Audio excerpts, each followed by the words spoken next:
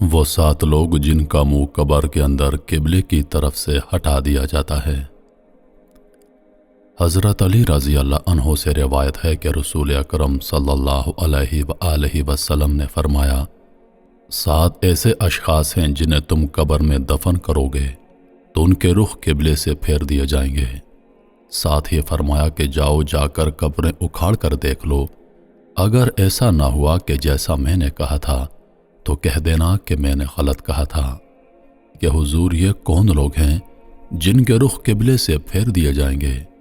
حضور علیہ الصلوۃ والسلام نے فرمایا، پہلا شارب الخمر یعنی شراب پینے والا، شراب پلانے والا، شراب بیچنے والا، شراب خریدنے والا یا شراب کو منتقل کرنے والا، ان سب پر اللہ کے رسول نے لعنت بھیجی ہے۔ ایک روایت میں آتا ہے کہ شراب پینے والا بت پوجنے والے کی طرح ہے۔ شرابی جب مرتا ہے تو مرتے دم اس کو کلمہ طیبہ نصیب نہیں ہوتا، اور دوسرا یہ کہ اس کا قبلے سے رخ پھیر دیا جاتا ہے۔ دوسرے نمبر پر انسانوں کی خرید و فروخت کرنے والا، یعنی وہ افراد جو انسانی اعضاء یا مکمل انسانوں کی خرید و فروخت کرے، اس کا رخ بھی قبر میں قبلے کی طرف سے پھیر دیا جاتا ہے۔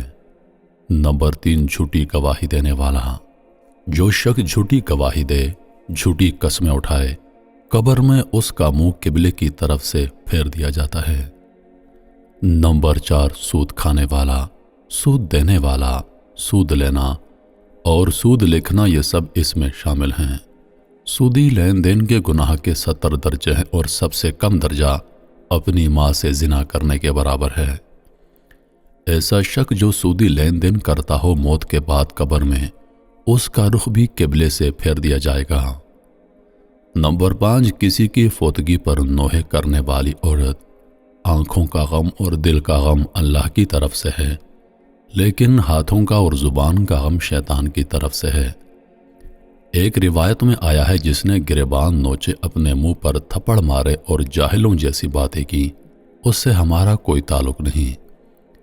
اسی لیے جب دل غم زدہ ہو تو آنکھوں سے روئیں، اس سے شریعت نے منع نہیں کیا، لیکن واویلا کرنا اور الٹی سیدھی باتیں کرنا یہ کفریہ کلمات ہیں۔ اس لیے فرمایا، نوحے کرنے والی عورت جب قبر میں دفن ہوگی تو اس کا رخ بھی قبلے سے پھیر دیا جائے گا۔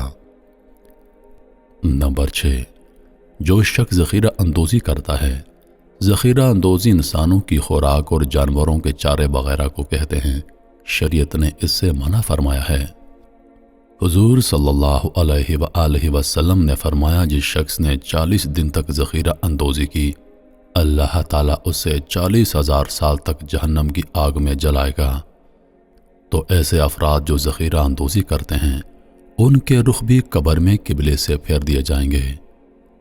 تو ہمیں ان باتوں کو مد نظر رکھتے ہوئے اپنی زندگانیاں گزارنی چاہیے، تاکہ ہماری زندگی بھی آسان ہو سکے اور ہماری آخرت بھی۔ اللہ تعالی ہم سب کو دین کی سمجھ عطا فرمائے، آمین۔